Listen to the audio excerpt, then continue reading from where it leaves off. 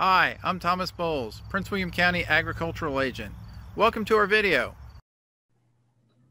All right, ladies and gentlemen, it's 11 o'clock and we're going to get started here.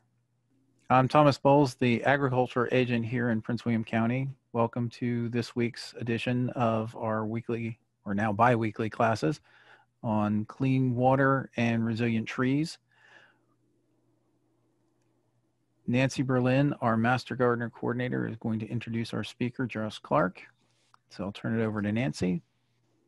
Well, good morning. We are thrilled to have Josh today. He is a restoration coordinator and a landscape architect. He's also a Master Gardener in the Prince William County Master Gardener Program, and we are thrilled that he shares his expertise with us. He provides support for Clean Water Communities program up in Maryland, and he coordinates the Master Watershed Steward Certification Program, outreach projects, and some support for larger restoration projects. He's an environmental designer that specializes in innovative, resilient, and ecologically expressive landscape design, stormwater management, best practices, and native plantings. He has about 10 years, probably 11 years experience in designing and installing landscapes for a variety of clients. He's worked with conservation districts, rehabilitating streams and floodplains, and at nurseries, developing horticultural expertise. His design philosophy is derived from the idea that each site offers its own unique strengths and challenges. He grew up in Pennsylvania, surrounded by nature and farms, and he has a fascination with natural beauty, and I might say bats. He really loves bats. He received his master's in landscape architecture from Virginia Tech, yay, graduated from University of Pittsburgh with a BA in environmental urban planning and religious studies, a great combination there. Passionate about what the work he does in the Chesapeake Bay. He loves running, kayaking, and knitting, and he is restoring a historic property in Prince George's County. His favorite native plant is the sycamore, which is a good streamside plant, huh? So welcome, Josh, and thanks so much.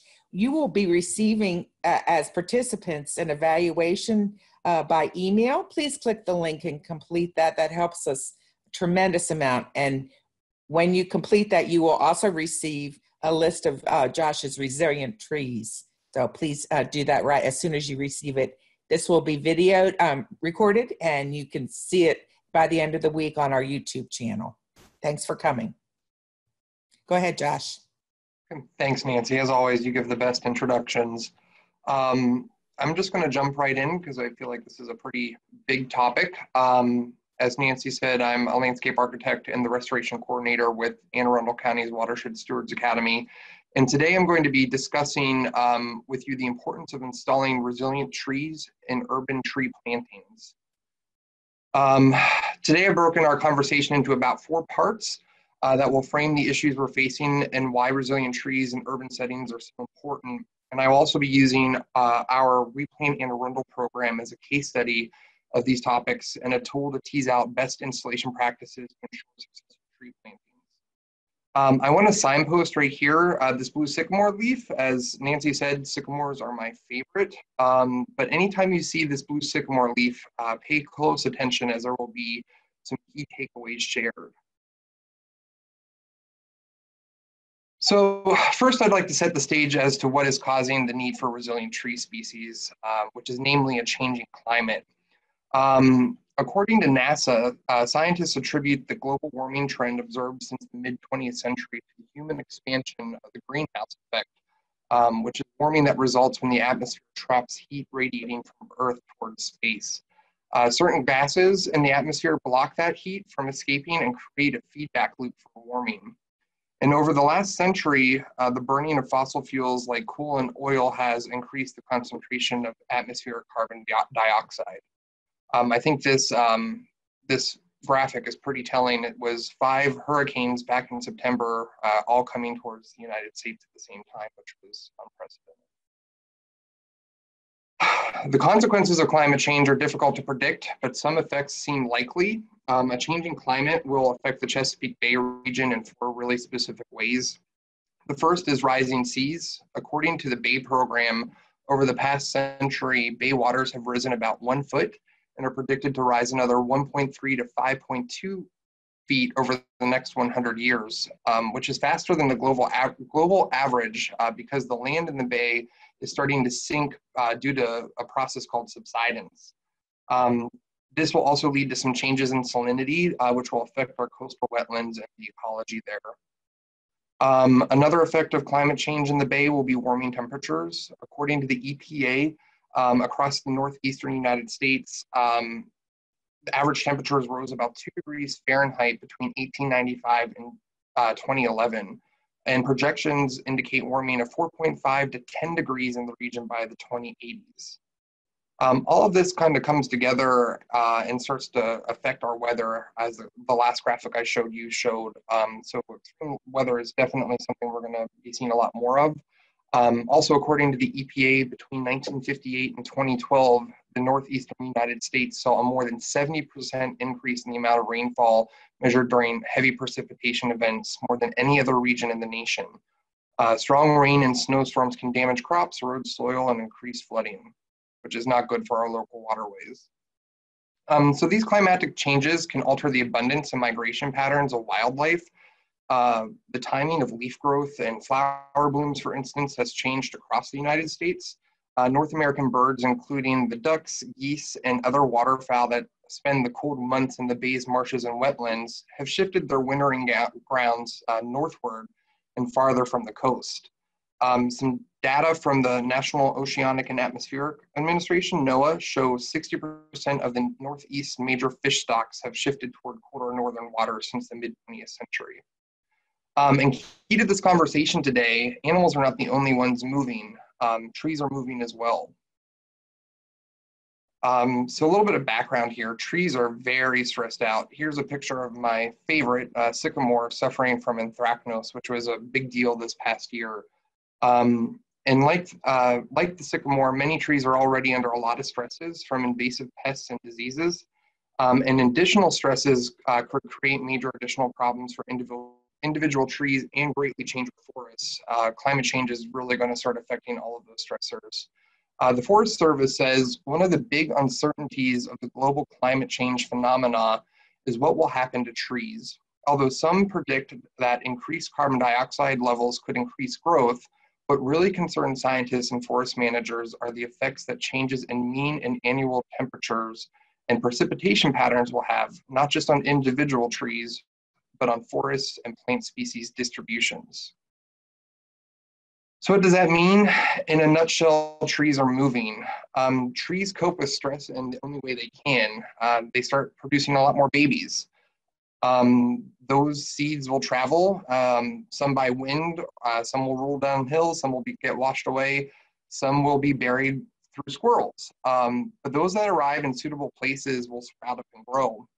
But with the changing kind of climatic situations when it comes to temperatures and precipitation, places to the north that were previously unsuitable for a particular species may become suitable, and thus the species range will have moved, meaning that more seedlings are growing and thriving further north than before. I'm not talking about Ents from Lord of the Rings. I'm talking about specific ranges actually shifting. And a good example of this is actually with the sugar maple, or Acer saccharum. On the left-hand side, you can see what the typical distribution is right now. And, the projected kind of typical range of what it will look like in the future. You can lightly see, and I'm not sure if you can see my mouse on my screen, but you can lightly see what that original range looked like and how much it's kind of shifted northward. So why are trees important though, right? We're talking about how this is all kind of coming together. Directly related to climate change and its causes, trees and forests will actually sequester carbon. It'll take carbon, capture carbon from the atmosphere and transform it into their biomass through photosynthesis. And that sequestered carbon is then accumulated in its wood, its dead wood, and its leaf litter, which then returns to forest soils. So basically, as trees grow and die, that carbon is returned to the earth, removing it from the atmosphere. Also related to some of the heating, trees and other plants help cool the environment, making vegetation a really simple and effective way to reduce urban heat islands. which is a key component to this. According to the EPA, trees and vegetations lower surface and air temperatures by providing shade and through evapotranspiration.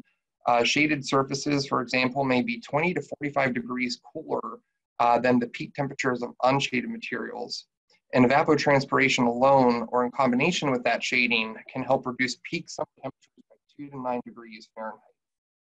So that's really, really helpful. I don't know about you guys, but I'm loving fall right now. I would be remiss as a stormwater professional if I didn't talk about the water cycle and how that kind of relates to our trees. Let's go back to 5th grade for a moment, but the natural water cycle really takes condensation in the atmosphere, comes to earth as precipitation, where in a natural landscape, trees and other friendlies will help hold it or infiltrate it. There's not a lot of runoff in this system. It's allowed to go into our lower aquifers and recharge our waterways, and from there it evaporates or is transpired back up into the atmosphere.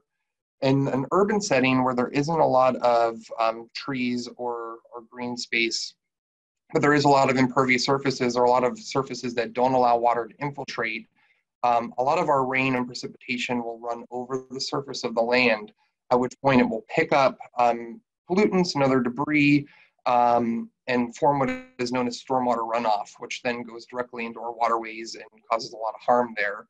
There's not a lot of groundwater infiltration. It can lead to some really bad messes when it comes to what we're looking at here in the Bay region. But what's really interesting about trees is that trees and forests are really the all-stars when it comes to mitigating stormwater.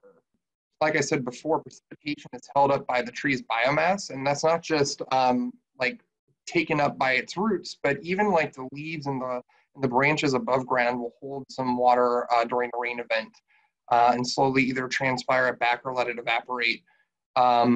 And of course, the roots help hold soil in place, but they also create avenues for the water to infiltrate, like I said.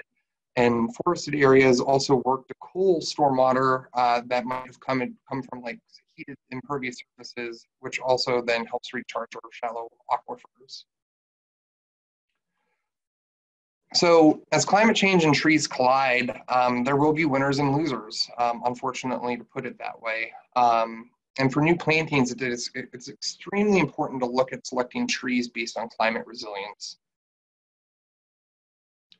Climate resilience is defined as the ability to anticipate, prepare for, and respond to hazardous events, trends, or disturbances related to climate. Improving climate resilience involves assessing how climate change will create new or alter current climate-related risks and taking steps to better cope with these risks. And I think this might be our first sycamore leaf, just signposting that to everyone. That's a key takeaway here today. So keeping all of this in mind, I would now like to kind of discuss how a lot of this thinking has come together in a new program for our Watershed Stewards Academy here in Anne Arundel County, which we launched this year, and it's called REPLANT Anne Arundel. So a little bit of background here. Anne Arundel County has lost about 2,500 acres of forest between 2013 and 2017. Which is the highest rate of canopy loss in the urbanized counties in Maryland, which was pretty alarming. And so the county commissioned a canopy study with the Chesapeake Conservancy. And beyond some legislation, it also helped inform some strategies here to help reduce that canopy loss and then to specifically plant some trees. So we're allowed to be back on the offensive with regaining some of our canopy. And as part of that, the county has contracted with RWSA to plant trees.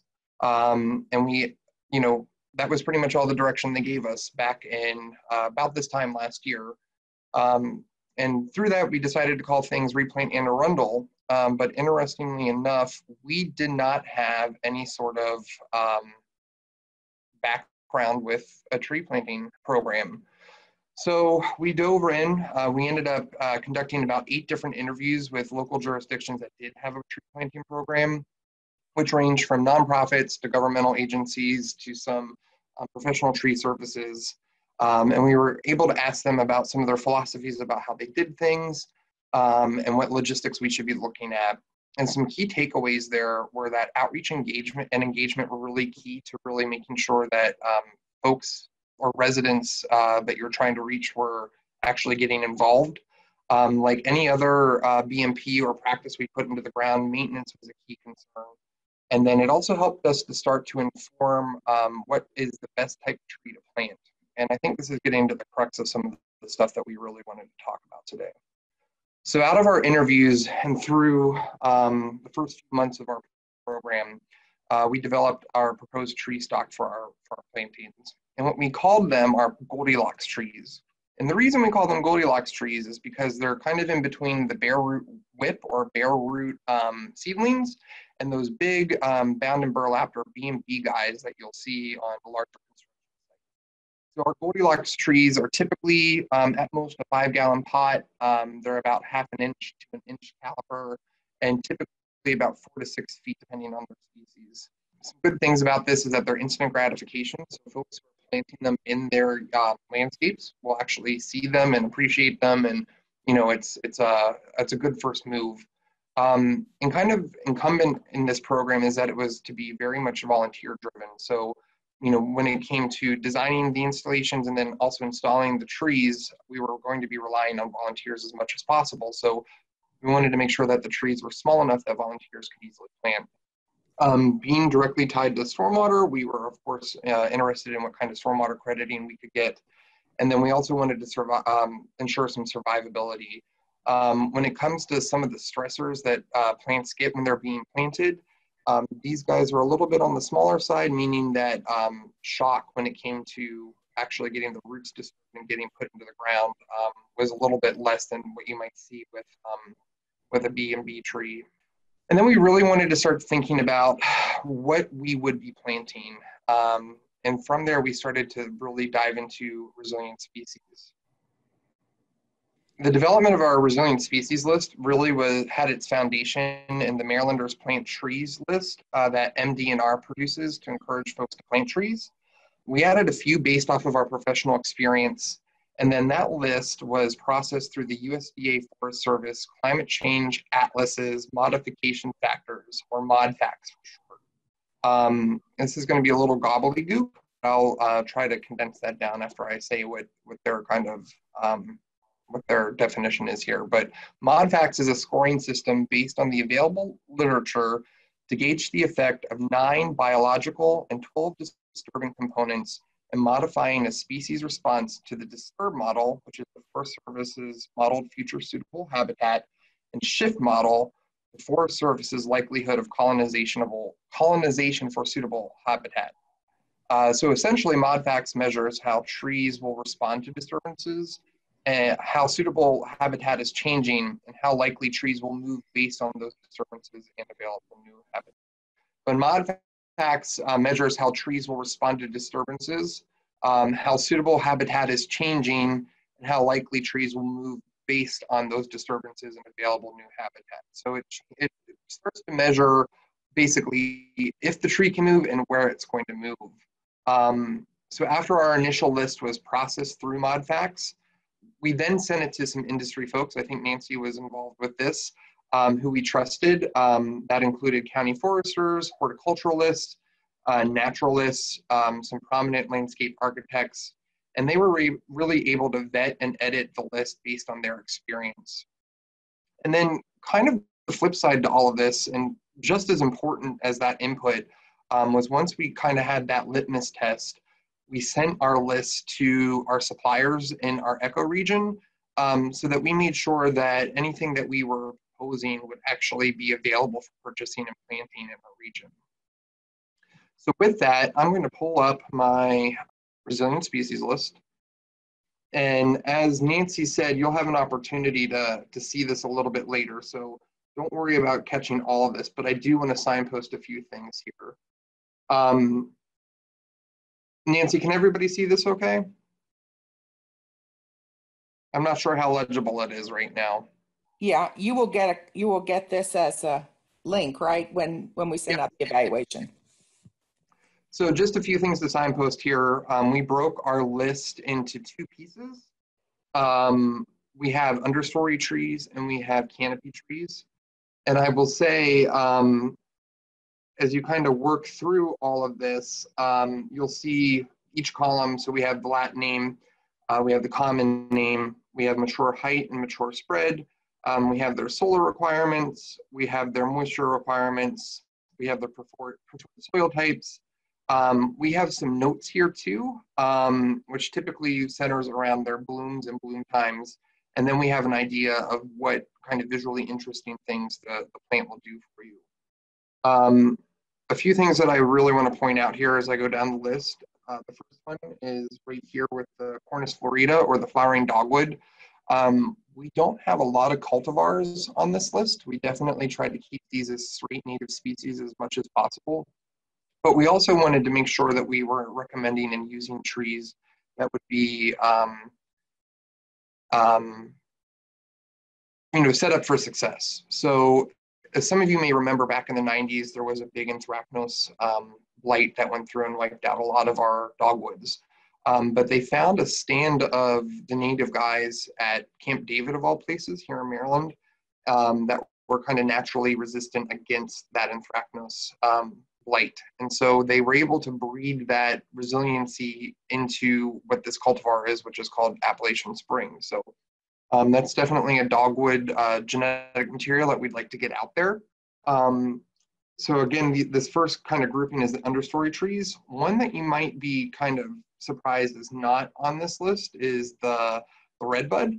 I personally love redbuds. It was definitely not anything against them. But as we talk through some of the industry, as we talked to some of our industry professionals, the comment was made that everybody's using redbuds. So we really wanted to build in some diversity here. And we also wanted to ensure that we weren't setting up a situation where if a redbud blight were to move through, we weren't creating vectors. So, diversity and making sure that there's a little bit of a mix-up as things go was really important. The other thing that I want to point out as we get into the canopy trees here is two things. The first one is we do have a lot of oaks on this list. And I will make the comment that, we do realize that there's an oak blight moving through. But our county forester, Bud Reeves, made a really good point that, the oaks that we have and the oaks that are facing the oak blight are such beautiful species that it's really important that we help try to maintain them throughout, the rest of our history. Even if they're going to be stressed out or whatever, making sure that our children and grandchildren have an opportunity to have the oaks is really important. And of course, the ecological value of those. So where we might be losing some oaks now to the hypoxylon and the stresses due to, changing precipitation and heat or in temperature variations, getting some young guys in now that might be a little bit more resilient to that is really important on this list. The other one that I want to point out here, because this actually directly speaks to what we were talking about with mod facts or the moving of the trees, is the bald cypress. Where we are in Maryland is typically at the northernmost range of the bald cypress right now. As we get into kind of what the future looks like for these trees, we're going to be kind of smack dab in the middle of what their new range is going to be. So kind of getting a leg up and getting them installed now is really important. So jumping back to our program, as I said before, REPLANT's funding is really tied to our county's MS4 permit. So we have really been trying to concentrate on what kinds of stormwater crediting we can get. Most of our trees are working with the urban tree canopy expansion, which really converts lawns to forest. We're also looking at how we can possibly get some credits for planting trees that will affect pervious surfaces, maybe with tree credits, that sort of thing. We've also, part and parcel to this, so as we were talking about the container trees or the Goldilocks trees, we also worked with our state nursery with our backyard buffers program to get what we called engagement whips. So part of the backyard buffers program was about 2,500 of those. And again, whips are the bare root seedlings that have gone out. But we also took 750 of those to plan a restoration project at a density that would give us, you know, stormwater credits. So for replant, the folks who qualified were residents of Anne Arundel County. That seems pretty straightforward, but we do completely encircle Annapolis, which is not included in replant Anne Arundel, and we also abut Fort Meade, which is not included. They're different MS4 permits. And so any resident within a community within the county who is willing to get a tree trooper trained, and I'll talk about that here in a second, would be able to qualify. And we were really broad with what a community meant for the program. It could be an HOA, that could be a congregation, it could be a private residence if they had the land to do this, it could be a private business. So we were really looking to get as many trees in the ground as possible. And of course, we wanted to prioritize what that looked like. You know, we were looking at completely covering the county from north to south. We wanted to really build in some DEIJ stuff. So we were really looking at making sure that our socio and economic side of things were diverse. And then, of course, the whole point of this is to really combat our canopy loss. So all of our trees were to be installed within 2 miles of major canopy loss. Some interesting things to point out here, our county funding did not cover invasives removal or maintenance, which is really key components that we had to get a little creative with. And you know, I'll talk about that here in a minute. But our initial goals were to really plant a lot of trees. As I mentioned, our backyard buffers program got about 2,500 bare root whips out. We were aiming for volunteers to plant between 500 and 700 of our Goldilocks trees. And a component of this had always been the idea of working with local contractors as well to plant some trees. And we were looking at about 400 to 500 of those. And then of course, those 750 restoration whips that I had talked about. And really a major goal, of course, was to make sure that these guys were surviving. So proper installation techniques, which were ensured by professional contractors or well-trained volunteers, and then maintaining them as well, either through contractors or volunteers. And the great thing about our network within WSA2 is that we were going to be able to monitor these trees over the next few years to make sure everything was going well. So getting these trees into the ground, as I mentioned a few times, was really going to be centered on our tree troopers, which was an action group of watershed stewards and community volunteers from all over the county. And this program was based out of a partnership with the Alliance for the Chesapeake Bay and their tree steward training program. We ended up calling our tree stewards tree troopers, so we didn't confuse folks with watershed stewards and tree stewards. But really that training was to go over tree biology and identification, our resilient species list, proper tree installation techniques, some proper maintenance techniques, and then, you know, how to kind of outreach and engage communities as well to get the trees planted. And of course, beyond the tree troopers, the volunteer aspect or the volunteer arm of our installers, we were working with contractors and our staff here to get the trees in the ground. So next I want to highlight just a few kind of touchstones, some important takeaways that the tree troopers learned. That I think anyone who is really trying to plant trees successfully need to keep in mind. And the first one, you know, referencing again our resilient species list, is that you really should be trying to plant trees that are conceivably being able to handle a changing climate. And we really tried to hammer in or hit home the idea of right tree, right place. And I'm sure the MGs who are in attendance today have heard that in some variation many, many times from Nancy or from their coordinator.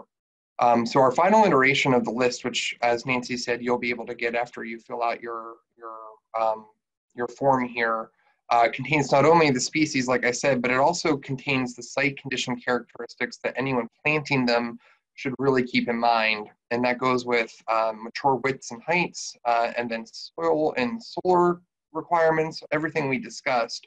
But part of resiliency is really making sure that the trees are not being set up for failure. You don't want to plant trees that will eventually grow into buildings or power lines and then need to be pruned back to the brink of death. Choosing a tree with an appropriate mature size makes sure that it will thrive over time. Putting a tree into the appropriate soil conditions will make sure that it thrives over time. You know, and then of course, working with native species definitely sets them up for a level of success that might not be seen in some of the ornamentals. Another best practice that the tree troopers learned that I want to kind of impart today is the idea of planting. There's appropriate ways to do this. Appropriate width and depth really tied to the planting holes being twice as wide as the tree's root ball and just as deep. The root ball should rest on top of undisturbed or compacted native soil, and the root flare of the tree should be above the finished grade of the surrounding ground. So a big part of this, though, is that all containers, whether that's the pot or burlap wrapping, wire cages, any ties or ropes, they should really be removed from the tree and the root ball. You want to make sure your trees can stretch their legs as much as possible over time. And part of that, too, is making sure that you don't have any root-bound and circling roots going on as well. One thing that I definitely contend with, I'm sure a lot of you folks do as well, are deer. You know, they're part of our local ecology. We don't always want to feed them, but you know, if things aren't getting eaten, then that means they're not part of the local ecology. But when it comes to our resilient trees, we want to make sure that they have a few years at least of some peaceful growth. And so for the first few years, caging might help prevent some browsing, especially until they get tall enough to be over the browse line. And trunk guards are great to protect them against buck grubs, and you know, they end up being pretty important tools for your young guys. Another key takeaway that you know, I think as most people learn correct and incorrect mulching techniques is pretty obvious. But you know, I kind of look at this as like an initial installation technique and also a long-term maintenance regimen, and that really comes down to the mulching, of course. So most of our trees are freestanding trees. So that means they were once in lawn. They really aren't typically in flower beds.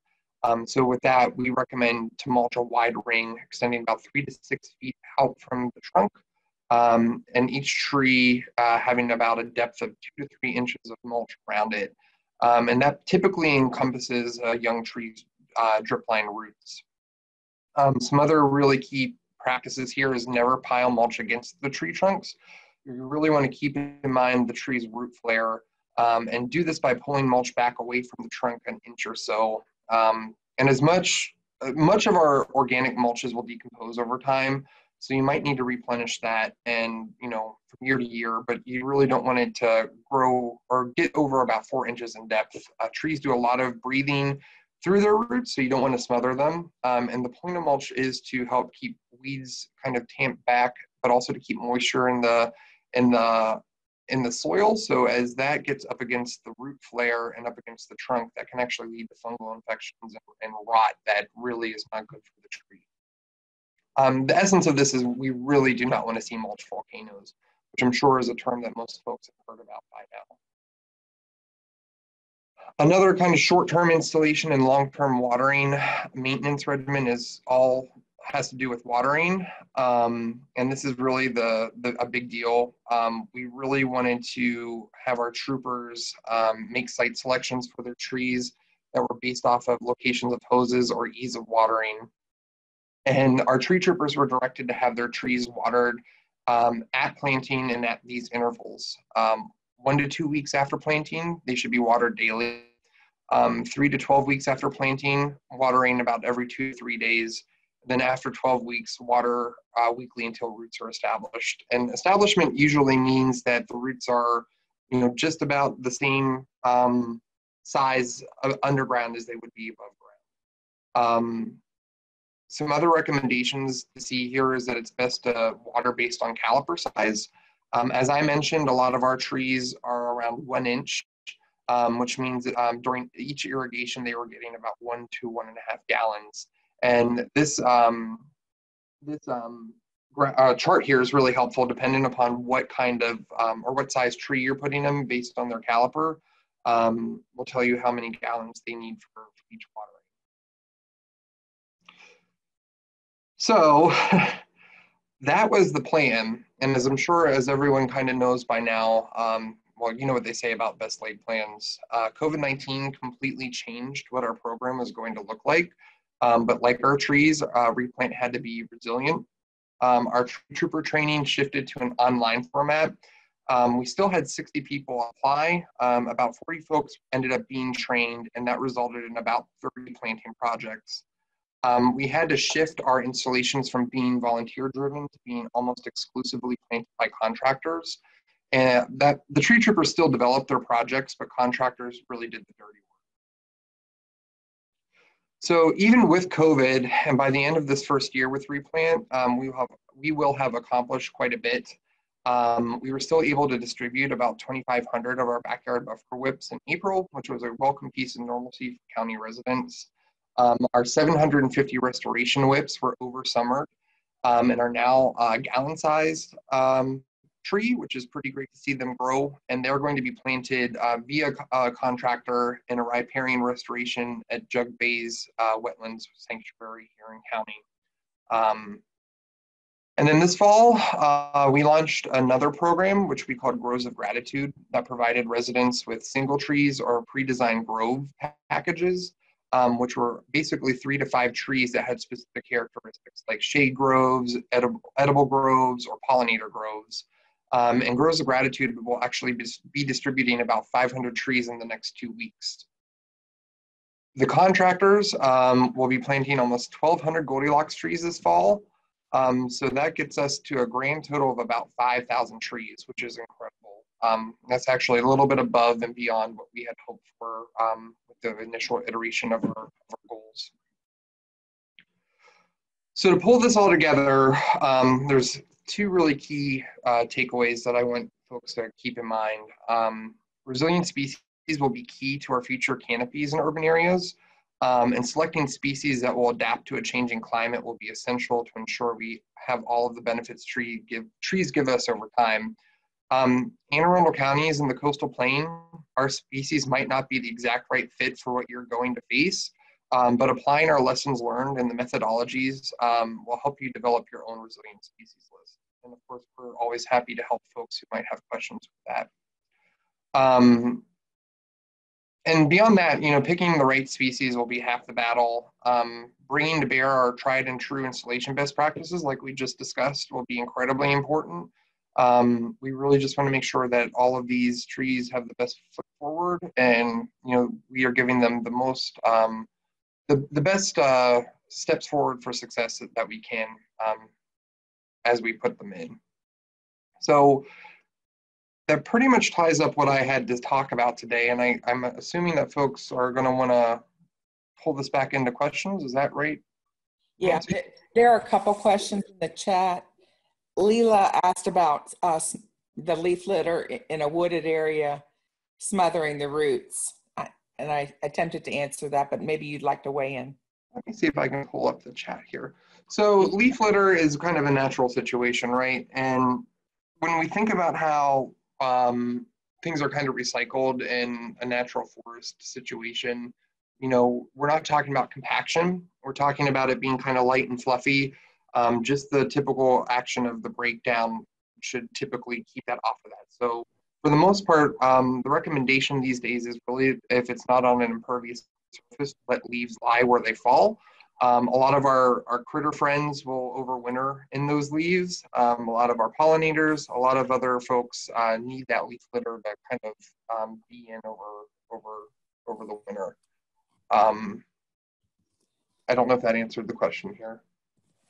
Let me know if you have any other questions. Robert wanted to know about watering whips. I guess, Robert, maybe whether it was different from watering the Goldilocks trees, or same idea.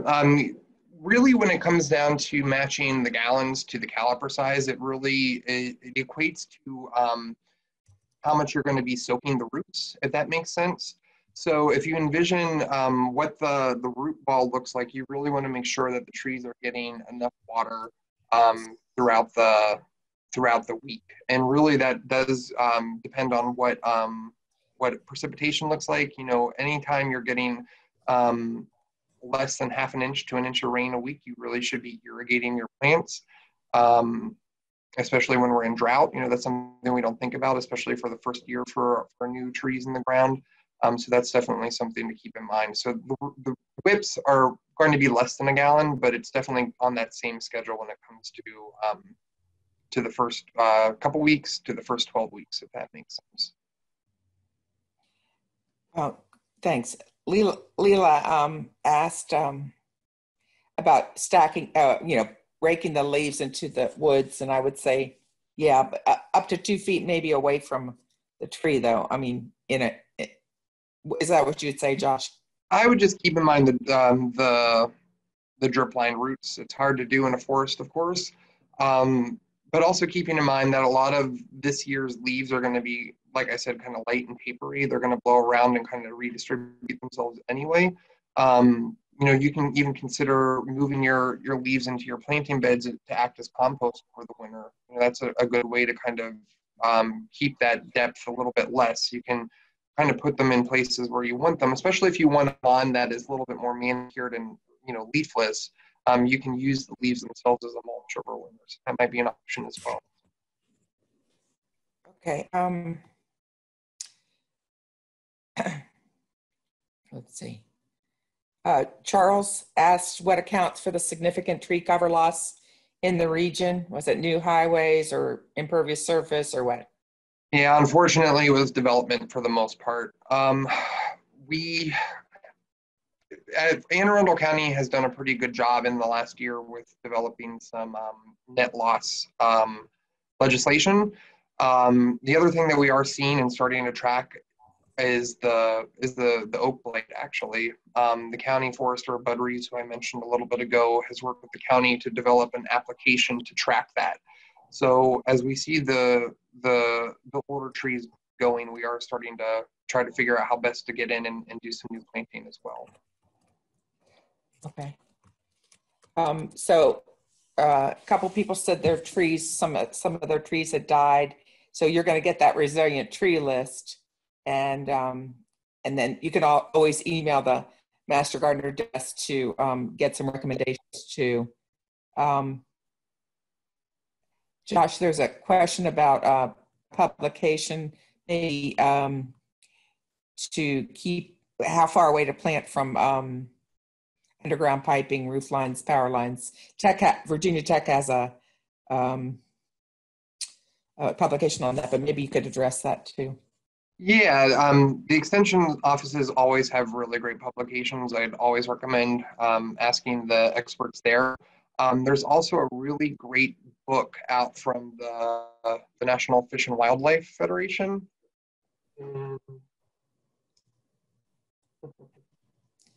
I thought I had it here. I'm not seeing it around. But suffice it to say, it'll have the breakdown of the heights and widths of all of the trees, shrubs, and the little guys too. So that, you know, as you think through the biomass on top, that typically tells you how wide the root systems will be too, and so you can start to envision how far away from foundations or other infrastructure you need to be.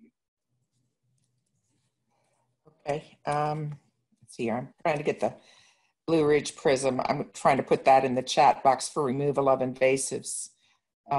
If you know, they need to be identified first. Let's see here. Who asked that? I'm sorry, it's going fast and furious. What about tick problems with leaf litter? Josh, do you want to address that, or do you want us to? I mean, I'll take a stab at it. You know, for me, it's a part of the ecology. You know, I go back and forth. Nancy, what's the official extension position on them? Well, you know, you can landscape and have it clear where you're going to be, you know, moving and living outside, and keep the leaves out of that area, and you know, kind of give yourself a cleared buffer in the areas that you use most often, and that will reduce your risk certainly.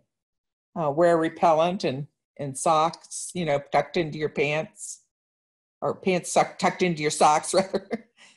And another side of that too is really keep in mind what you're planting as well. I mean, don't plant things like barberry. Japanese barberry is seen as a vector. It draws mice and other rodents, which also bring the ticks. It's like the Black Plague back in the Middle Ages. This is the book that I was trying to talk about. I'm sure a lot of folks can actually recognize that cover, especially if you've gone through different training regimens. But it's the U.S. Fish and Wildlife Service's Native Plants for Wildlife Habitat and Conservation Landscaping. And that is specific to the Chesapeake Bay watershed. But as you go through, it has all of the requirements based on widths and heights and all sorts of things. And Nancy, I don't know how readily available you have it, but it is available online as a PDF. Yeah, I think it's out of print right now. Mm-hmm. Susan, I'm typing a question. You might need to contact the watershed branch. They set up the reforestation projects that we educate and participate in Prince William County. I will put that in the chat as soon as I get a chance. Rick had a question about hardwood mulch, or what type of mulch. That's a great question. I'm actually getting ready to talk to my stewards about this weekend. So it depends on the installation practice. Typically, if you're doing just a regular planting of a tree or whatever, double shredded hardwood at about 2 inches is usually a pretty safe bet. When you start getting into the pine products, so pine nuggets or pine needles, you start to change the acidity of the soil. So you really need to watch where you're putting that and what kind of pH system your trees need. Things like rubber mulch and dyed mulch, that starts to bring in some other chemicals that, I personally don't work with them. I typically go to the shredded hardwood. But I also know, as I was putting this presentation together, that the Extension Office has a really great article on mulching. Okay, looks like thanks, Thomas, got the tree caliper. Yeah, thanks, Thomas. I just saw that. How far beyond the drip line do you mulch? I would say mulch to the drip line. That's typically my best practice as well. That's not always feasible, but depending on what the ground cover looks like beyond your mulch bed, that's pretty good. A lot of times too, when you put in a mulch ring around the base of a tree, it also is good for landscapers to know that it's there, so you're not running up against it with a mower or a weed whacker and damaging the bark as well. So with mulch beyond the weed resistance and the moisture containing stuff also is kind of an aesthetic barrier that makes sure things are happening in trees. Melissa, Tree of Heaven needs constant attention. It's going to take repeated application. It's going to take herbicide. We can, if you email the master gardener at pwcgov.org, we can send you some recommendations. That is also a vector or a plant that attracts spotted lanternfly. Yep. Not here in our county yet, but soon, probably soon will be. It also vectors some stink bugs. Yeah, great. Do you even need to mulch established trees? Oh, that's a tough one. I mean, if you think of established trees in the forest, they are getting their leaf litter mulch, if that makes sense. So kind of naturally, they would have a coverage that would help ensure that moisture. I looking at this from like the typical mindset or the lens of like a person with a lawn, it really comes down to some aesthetic value there, but you do want to make sure that your tree is getting the water that it needs from time to time. If you're in a drought, you might need to water and make sure that you're having moisture contained. And like I said, making sure that you're protecting that trunk from mowers or weed whackers, that might change the size of the mulching bed. Those are some of my knee-jerk kind of thoughts there, Nancy. Is there any rules that were recommended practices from the Extension Office? I think you covered it. Karen asked about how fast trees grow, and Thomas answered how to measure caliper. But, hardwood trees are generally slow growing, and the ones that grow fast are probably ones you don't really want. That's very true, unfortunately. what is it? Year one, they seep, so the roots go out. Year two, they creep, and then year three, they leap. But When that's it with comes, herbaceous pretty much, but yeah. yeah. I mean, even with the trees, they might say fast growing, but that might be an inch or two every year. So, some of the ornamental species might be a little bit faster, and some of the softwoods as well, but it takes a little bit to get them established. So I would encourage you guys to look at our Facebook page, VCE Prince William Master Gardeners. And we posted something on using arborist wood chips today from the University of Washington. There's a lot of misinformation about whether that's a good practice or not. We post a lot of good stuff about trees, herbaceous plants, what to do in each season. So make sure you follow that. We also have a teaching garden page that you can find. Robin, would you put the teaching garden one in the chat, please? What are the downsides and pluses to planting whips, Josh? That's a great question. When it comes to the whips, they tend to not have as much stress, right? So if they're bare root whips, and this goes into a lot of philosophy when it comes to whether or not you should amend soils. A lot of times with the bare root whips, you're putting them directly into their native soil. They kind of get their initial contact with exactly what they're going to be growing up with. There's less stress involved because they are younger, that sort of thing. Now, they are a little bit smaller. They tend to be browsed a little bit more by deer and other animals. So they do need some protection. Dependent on the species and all of that too, you want to make sure that you have a density that really does take into account losing some of them. We do try to aim for less than 10% loss from year to year, but getting them installed young is usually the better rule. So as we looked at our Goldilocks, the trees are kind of on the younger side, but we also wanted some of that aesthetic value installed. So whips are great. They're just not very big. Okay, let's see here. Any other questions? Let's see. Oh, thank you. Thank you, Robin. So we have 2 Facebook pages and we have an Instagram account. So lots of good research posted. We don't, everything that we recommend is research based. So just be aware that we're not passing on wrong information. Any other questions? And if I didn't catch yours, if you could just give me a heads up here and tell me that I didn't see it, because I've missed a few here. Okay. Well, okay, so Josh, this was wonderful. Well, It's thank very motivating. And Master Gardeners are helping with a reforestation project about a couple times a year in Prince William County. So, I really think this information was motivating and based on great science. So thank you so much, Josh. Well, great. Well, anytime. And if anyone has any questions, I just realized that I usually do, but I don't have my contact information on this page. So if people would like to ask me questions that are more specific to the program or about the resilient species list, don't hesitate to reach out. Yeah, and you can we can put you in touch with them through the mastergardener@pwcgov.org email. We'll get you in touch with him. So you will be getting a link later this week to this recording. You will also have an evaluation. Please, it's only a very short evaluation. Please, it helps us so much if you would just click on the link and answer a few questions, and it goes right back to us. And then you'll get the resilient tree list also. So thank you so much, Josh. We really appreciate you partnering with us and continuing to be a master gardener in our county.